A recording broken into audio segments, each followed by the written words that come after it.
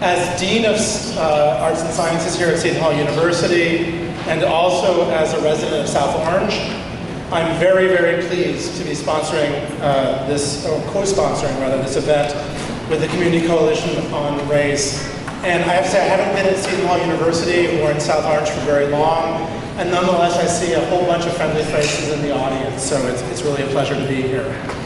I'll also say we're at the end of the semester here at Seton Hall, and for the last couple of weeks, seeing all of the signs that have been posted around South Orange and Maplewood in the community about this event have been a kind of solace to me as I get through the end of the semester, and a reminder of what's really important in the work that we do here at Seton Hall. Seton Hall shares a lot with the community. Like South Orange and Maplewood, we can trace our origins to a time when our region was segregated, in practice, if not in law. And like the two towns, we at Seton Hall have learned to celebrate the richness that diversity brings to our community, although it must be said that we don't always live up to our most lofty aspirations. We should not be shy about celebrating our successes. South Orange and Maplewood remain integrated communities in an America where economic and self-segregation are on the rise. And Seton Hall is one of the most diverse national Catholic universities in the US. In the percentage of African Americans, we are third only to Xavier in New Orleans and St. John's in New York, and we have the highest percentage of Latinos in our East Coast peer group. In this respect, Seton Hall remains true to the vision of its namesake, St. Elizabeth Ann Seton, and her nephew and the founder of Seton Hall University, Bishop James Roosevelt Bailey, who created educational institutions for those who were not served by the Protestant establishment of the 19th century. In other words, for the marginalized of their time. At the same time, we cannot take anything for granted. We need to be reminded constantly that the past, as William Faulkner famously said, isn't dead, it is not even past. Recent events have reminded us that not everyone feels welcome here on this campus or in this community, that we still have a long, long ways to go toward equity in education and housing, and that deeply seated patterns of thought die hard. Marginalized students and community members have spoken loud and clear about the work that we still have to do before us. So I'm especially pleased to have Professor Nell Irvin Painter here with us today speaking about the invention of race. This is a topic that goes to the heart of our unspoken assumptions about who we are and challenges us to become less complacent about the state of the communities in which we live. This is the kind of historical work that is not merely academic scholarship, but also a call to reflection and action. A few words of thanks. First, to the Community Coalition on Race itself. This is really their event. We're lucky that they invited us along for the ride. Second, to Reverend Dr. Forrest Pritchett, who brought the idea of hosting this event on campus to me. For 40 years, Forrest has been the conscience of Seton Hall when it comes to issues of race and inclusion. Third, Dr. Tracy Gottlieb, who is the Vice President of Student Services and who provided logistical support for this event today. And then finally, if she's still here, or even if she isn't still here, to my boss, Dr. Karen Boroff, who is the interim provost of Seton Hall University and who was generous enough to join me in sponsoring this event from the Seton Hall side. So thank you all for coming, and for those of you who are stepping on the Seton Hall campus for the first time, welcome, and we hope you come back. Thank you very much.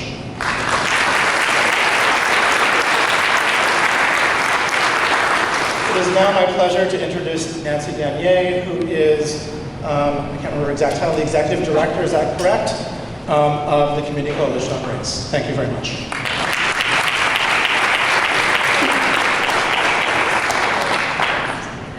Hi everyone, I'm Nancy Danier, I'm the Executive Director of the Community Coalition on Race.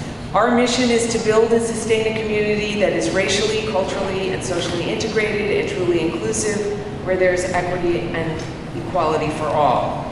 We work in all parts of the community, trying to build equity and excellence in the schools, bringing people together through our Community Engagement Committee, market the community through our Marketing and Communications Group, promoting the welcoming and inclusive nature of the towns.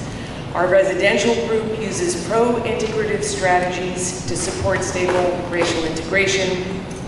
And our demographics research group works on tracking our integration levels in all areas of community life. So we're very busy, and we've been at it for 20 years, and Conversations on Race is what we do to bring people together, to have the hard conversations, and that's why you're here tonight. And we're so thrilled to see all these faces. I won't say more about the coalition than that, other than to say that two things. communitycoalitiononrace.org, very easy. That is our website. If you really want to be involved after tonight, if you want to be an activist, to take action, to join a committee, to volunteer, I encourage you to go to that website and fill out a contact form. That's the best way to get involved. It's the best way to stay informed about our upcoming events. The next event that we have is June 11th at the South Orange Public Library. I just mentioned demographics. We're going to be doing an update to our demographics research report, some interesting findings on changes in integration levels in neighborhoods and in our schools. So with that said, I hope that you'll find a way to make it out there that night as well. I would like to ask my trustees who are here to stand up. I want to thank them. Trustees, coalition trustees, please. Thank you very much.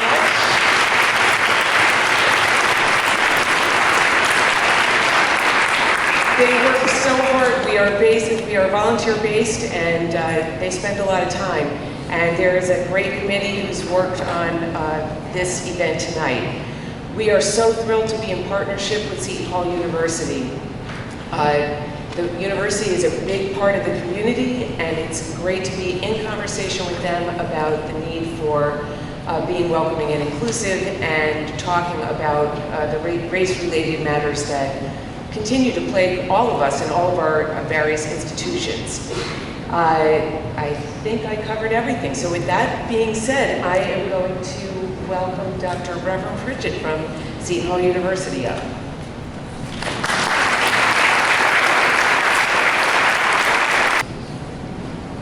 So good evening to everyone. Welcome to our home. Welcome to my home, because my wife tells me I'm never home. I walk into a room and just as cool as you please, and to a man the fellows stand, or they fall on their knees. Then they swarm around me like a hive of honeybees. I say, it's the fire in my eyes and the flash in my teeth, the swing in my waist and the joy in my feet. I am a woman phenomenally. Phenomenal woman. That's me. Who knows who wrote that? Maya Angelou. As I reflected upon my charge this evening to introduce Dr. Nell Irvin Painter to you, I let her works speak to my spirit, and I thought that the words of Maya Angelou said it all. I can remember when I look back on what we would have called many decades ago Negro history, then became Black history, now it's African American history. I remember how, indeed, those history books covered the fact that while systemic racism, among its many targets, was about destroying black men, it was how black women, for example, rose to the occasion to sustain our families, to be the achievers in educational circles. But through it all, values of family and togetherness were sustained. And those themes, I think, came to my mind as I was reviewing Dr. Painter's biography. Like a number of us, her story starts before she's even born. It's about understanding the migration patterns of the Negro population, primarily located throughout the South, until the Emancipation Proclamation and the Great Migrations began to occur. And then through the periods of the early 1900s and into the 1920s and 1940s, we began to see how the system responds to our existence. Before we came downstairs, we were just talking, she and I, upstairs about different little pieces of history that never really got told the right way but are now being corrected.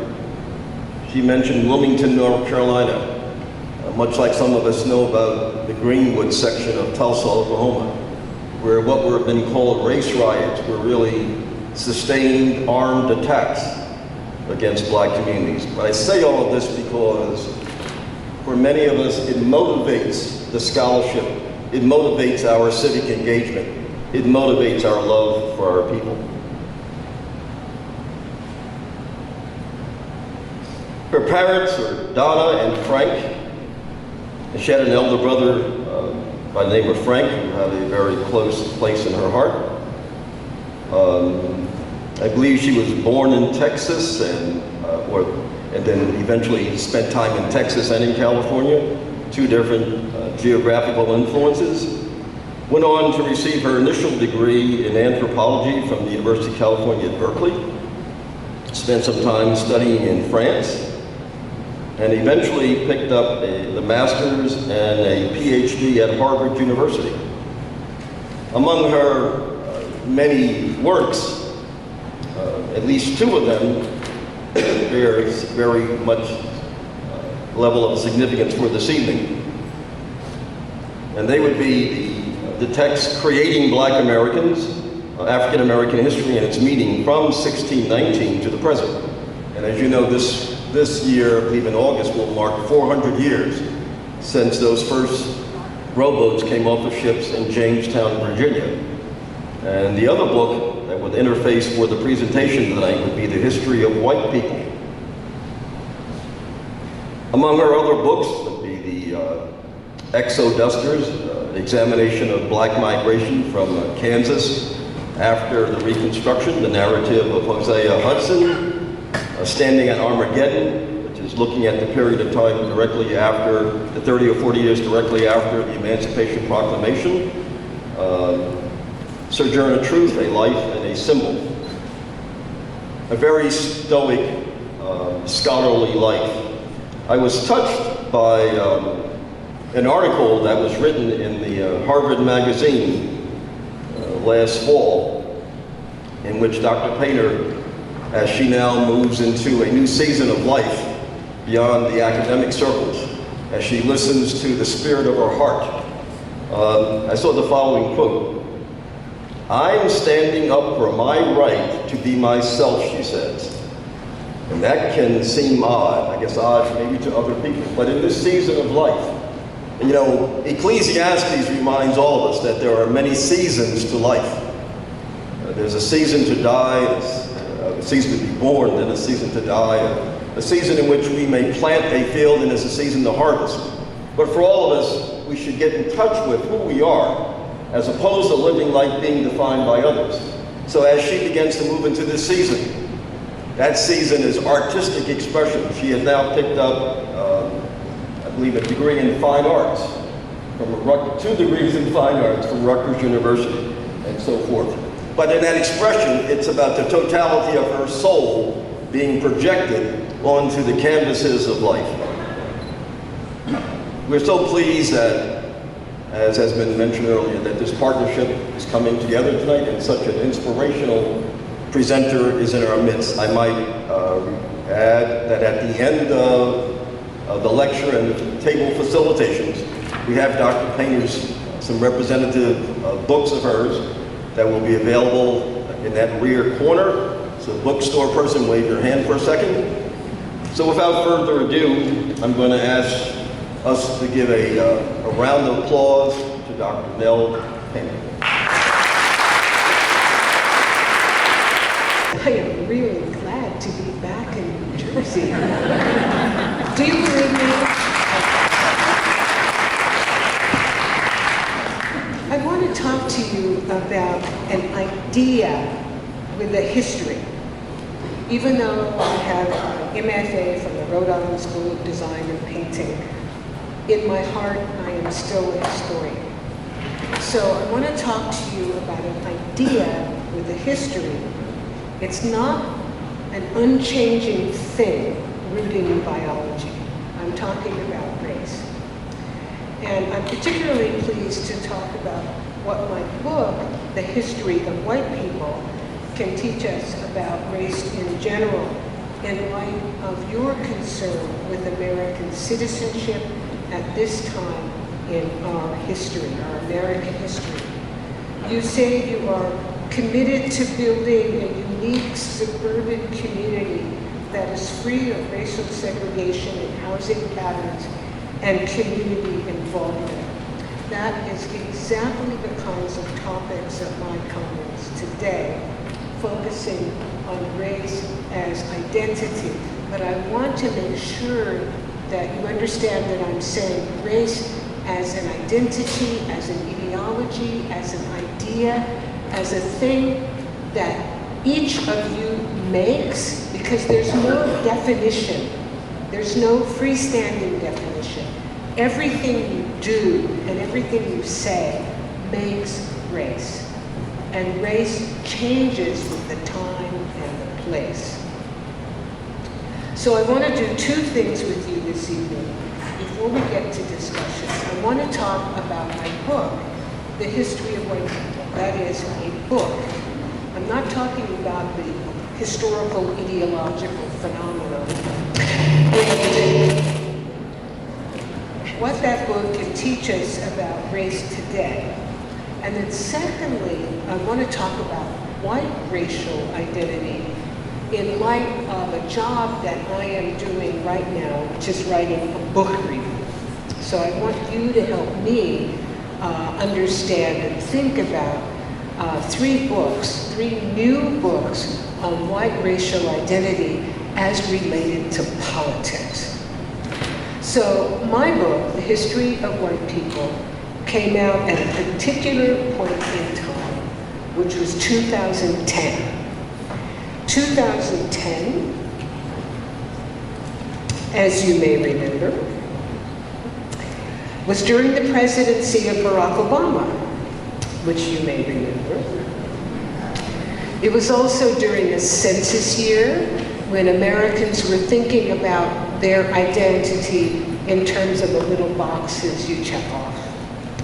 But it was also before the presidency of Donald Trump galvanized white race consciousness. And I want to recommend to you a piece, a New York Times op-ed that I published shortly after the election. The title is, What Whiteness Means in the Trump Era. So if you just search that in the New York Times, what whiteness means in the Trump era, you'll come up with that piece. Now, my book, The History of White People, have any of you seen that book? Some of you know it? Yeah, you know it's a big book. It's a thick, dense, intellectual. Oh, it's not that bad. It's a thick, dense, intellectual history. And it began with a question that I posed to myself sitting in my then house in Princeton in 2000.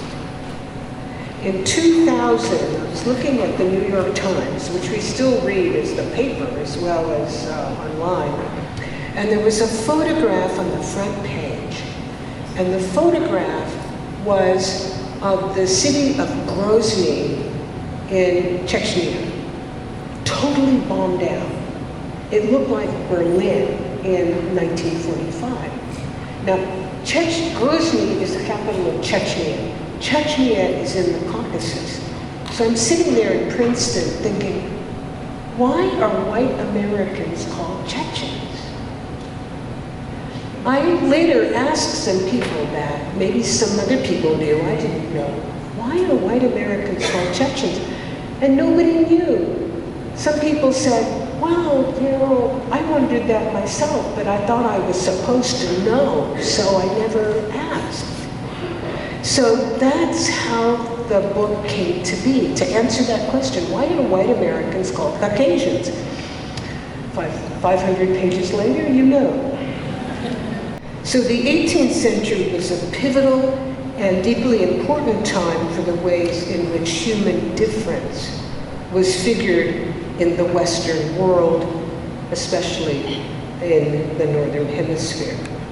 So epistemology, the market, maritime technology, imperialism, and wartime politics, all that together created the racial regime of classification that we recognize today. Since the embedding of race as black in U.S. American law and custom, race has mostly meant black. White has been what's left over by time and place, power dynamics of black, not black. White has hardly been as carefully scrutinized, historicized, and analyzed as black. My book in 2010 changed that dynamic by subjecting the intellectual history of white American race to careful scrutiny. The main conclusion of my book, The History of White People, is that things change. Things change. There has never been agreement in the short term or over the long term on the number of human races or how to differentiate them one from the other. What do you measure? What do you categorize? Never any agreement. And that's lack of agreement is on races in general, and it also extends to the white races, plural. What counts as race and how you decide and how you measure depends on who is speaking, to whom, for what purpose, when, and where. There is no stability. Things change. So definitions continually change according to the number of human races and the number of white races. There has never been agreement, not in opinion and not in law. The hardest part of my book, The History of White People, for readers to understand, is that the current assumption about white race is less than a century old. It has a history. It was settled upon in the context of the New Deal and the Second World War in the 1940s. Some of us are old enough to go back to that time. Now, we assume that there's one big white race, and you're either in it or you're out of it. And if you're in it, you're the same as all other people who were in it, or you're out of it. Kind of like a toggle switch. One white race, yes or no. But before the 20th century, before the early 20th century, educated people assumed there were several white races, and they could be ranked hierarchically. At the top was a race that was sometimes called Teutonic, sometimes called Saxon, sometimes called Anglo-Saxon. Ralph Waldo Emerson proudly proclaimed himself a Saxon. Then there came the other white races. These were white races, to be sure, such as the Celtic race, the poor Catholic Irish, the Slavic race of the people of Eastern Europe, the Northern Italian race, the Southern Italian race, the race of Eastern European Hebrews, in addition to non-white races that were lumped together in aggregations such as Chinese or Negro. So there's a moment in time in the 1940s when the politics of the United States and the politics, remember this is on the eve of the Second World War, after the Great Depression, at a moment when Americans politically needed solidarity, in which we get not all these different white races, and they were considered and called races. We get one big white race as part of three human races. And the three human races, as of the 1940s, were, starting at the top, because they're always ranked, Caucasoid, Mongoloid, and Negroid. Recognize that? The oid tells you that it's scientific. But it comes out of a particular time. Now, the designations and the differences vary according to the place and time. So in the 19th and 20th century US South, the salient difference was between black people and non-black people, and what was left over was considered white. So Jewish people in the South were considered white, kind of different white, but they got put together in the white side.